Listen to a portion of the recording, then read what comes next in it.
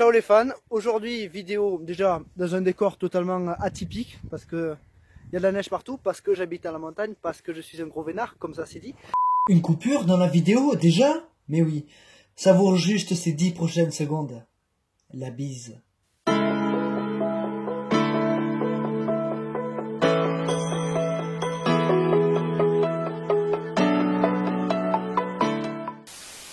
Aujourd'hui on va parler du premier rallye, j'ai failli tomber, ouais, du premier rallye de la saison WRC, c'est-à-dire le rallye de Monte Carlo.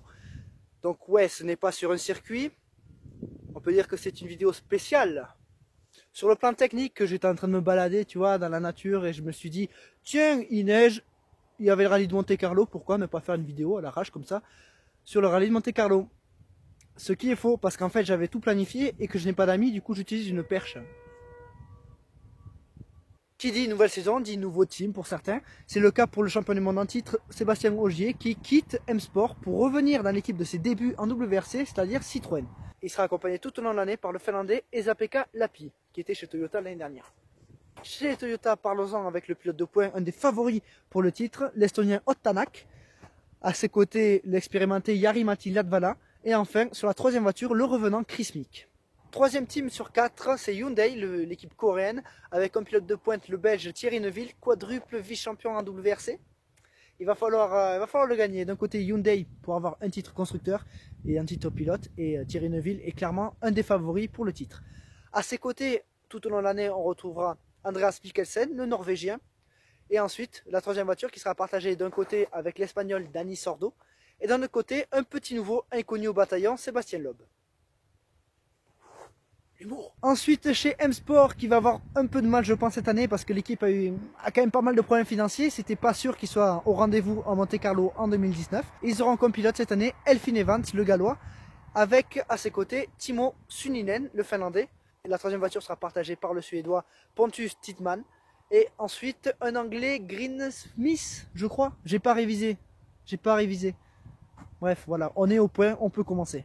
On change de place, mais bon, j'étais là, c'était pas... Bon, on s'en fout. Rallye de Monte Carlo, c'est le rallye le plus mythique, le plus difficile, qui est cette année encore une fois basé à Gap, dans les Alpes, je le dis au cas où, et qui regroupe à peu près 320 km de spécial, un petit peu plus, 323 je crois. Bref, petit résumé du rallye. Première journée, c'est-à-dire le jeudi soir, au terme de cette première journée, c'est Ott Tänak qui est devant Ogier et Neuville. On prend les mêmes et on recommence, quoi. Deuxième jour avec 6 spéciales au programme, mais la première est annulée. Bon, qu'est-ce qui se passe après? Eh bien, Ott Tänak perd beaucoup de temps. Et à la fin de cette deuxième journée, on retrouve Sébastien Ogier qui, au passage, découvre la Citroën, devant de très peu, avec 2 secondes d'avance sur Thierry Neuville. Ensuite, à la troisième place, relégué à plus d'une seconde, je crois, 1 seconde 15 derrière Neuville. Ouais, c'est ça, 1 seconde 15 derrière Neuville. Andreas Mikkelsen. Mais juste derrière, on a Jari-Matti Latvala et Sébastien Loeb. Et du coup, une bataille pour le podium se profile. Troisième jour, 4 spéciales au programme, toutes remportées par Ott Tänak. Fallait pas le faire chier, c'est comme ça. Mais au terme de cette troisième journée, on retrouve Sébastien et Thierry qui sont séparés de 4 secondes. On retrouve à la troisième place une Hyundai, pas celle de Mikkelsen, celle du tout nouveau Sébastien Loeb. Vous finirez par rigoler, qui a l'avantage de 2 secondes sur Latvala. Ott Tänak est revenu à 17 secondes du podium. Quatrième journée maintenant. Quatrième jour donc avec là aussi 4 spéciales au programme, avec une grosse bataille entre Ogier et Neuville. Les écarts dans les spéciales ne sont jamais supérieurs à 3 secondes. Thierry Neuville parvient même à l'avant-dernière spéciale à reprendre la tête au général, mais il a perdu à la Power Stage et Sébastien Ogier vient remporter son 7e rallye de Monte Carlo devant Thierry Neuville. Ott Tänak qui réussit à remonter à la 3e position devant Sébastien Loeb qui finit 4e pour sa première avec Hyundai. Et le vainqueur de la Power Stage, on retrouve Chris Meek. Alors qu'est-ce que j'en pense? Je pense qu'on ne peut pas trop tirer des conclusions. Je pense que s'il y avait un rallye à gagner pour Sébastien Ogier, c'est encore une fois Monte Carlo. Il est né à Gap, du coup, voilà, c'est un de ses rallyes favoris. Je pense que Thierry Neuville va être assez remonté que Sébastien Ogier parvient à gagner un rallye avec une toute première, avec une nouvelle voiture. Maintenant, il va falloir qu'il reste concentré et qu'il soit régulier tout au long de la saison, qu'il maintienne son niveau de jeu tout au long de la saison, surtout qu'il ne fasse pas d'erreur. Parce que la régularité, c'est le gros point fort de Sébastien Ogier. Ott Tänak, quant à lui, va devoir confirmer sa bonne forme de 2018 et assumer son statut de favori, en tout cas un des prétendants pour le titre. Il a une voiture pour, encore une fois, il est très rapide. Il va falloir éviter de faire quelques petites erreurs dans les spéciales, encore une fois, de la régularité. Ogier, bon, un petit peu comme Neuville, il va falloir être très fort mentalement. Et allez, pourquoi pas aller chercher un titre. Pour les outsiders, encore une fois, Jari-Matti Latvala a fait un mauvais début de saison l'année dernière. Il est revenu petit à petit jusqu'à gagner le dernier rallye, c'est-à-dire en Australie. Je pense qu'il va pouvoir jouer les podiums, mais pourquoi pas 1 ou 2 rallyes. Du côté de Chris Meek, pour finir avec Toyota, Chris Meek qui revient, qui est extrêmement rapide, mais qui fait beaucoup d'erreurs, qui a failli même le tuer l'année dernière avec Citroën. S'il arrive à se calmer, pourquoi pas, il va peut-être pouvoir gagner un rallye et faire quelques podiums, et surtout il est très fort dans les power stages, alors bon, voilà. Du côté de Hyundai, Sébastien Loeb qui va venir pour, je crois, 6 rallyes, normalement c'est prévu 6 rallyes. Il découvrait la voiture, donc pour quelqu'un qui découvre la voiture, qui a fait quoi, une journée de test, c'est pas mal de finir 4ème, c'est très bien, c'est très bien. Maintenant je pense qu'il va falloir qu'il s'habitue à cette voiture, à cette nouvelle écurie, mais je pense qu'il va pouvoir jouer quelques podiums, il était encore une fois très proche, et pourquoi pas gagner un rallye ou 2, ce serait super, ce serait vraiment génial. Et enfin M Sport qui va devoir lutter pour s'assurer un avenir en WRC, à voir. On se retrouve ici parce que ma batterie m'a totalement laissé tomber. Bon, j'ai gardé le bonnet, au moins ça fait une continuité.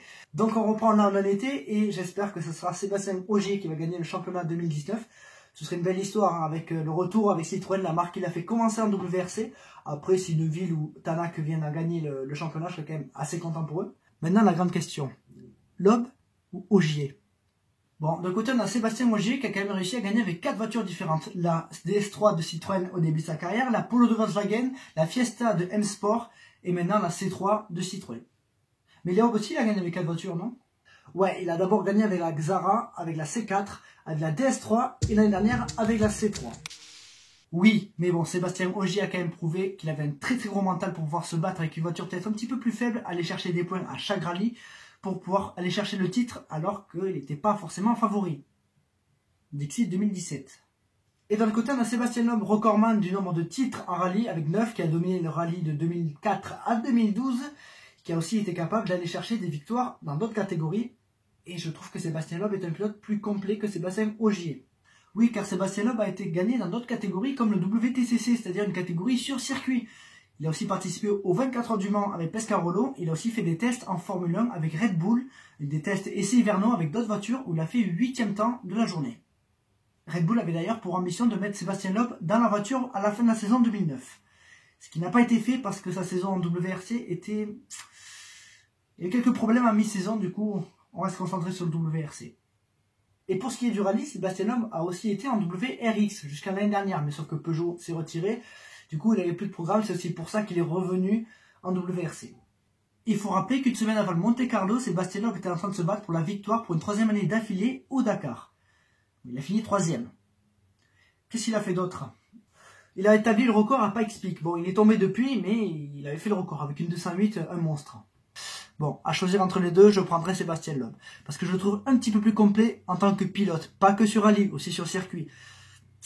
Voilà, et au lieu de les confronter tous les deux, je pense qu'on a quand même de la chance de les avoir cette année une fois de plus en WRC, donc profitons-en quoi, profitons-en.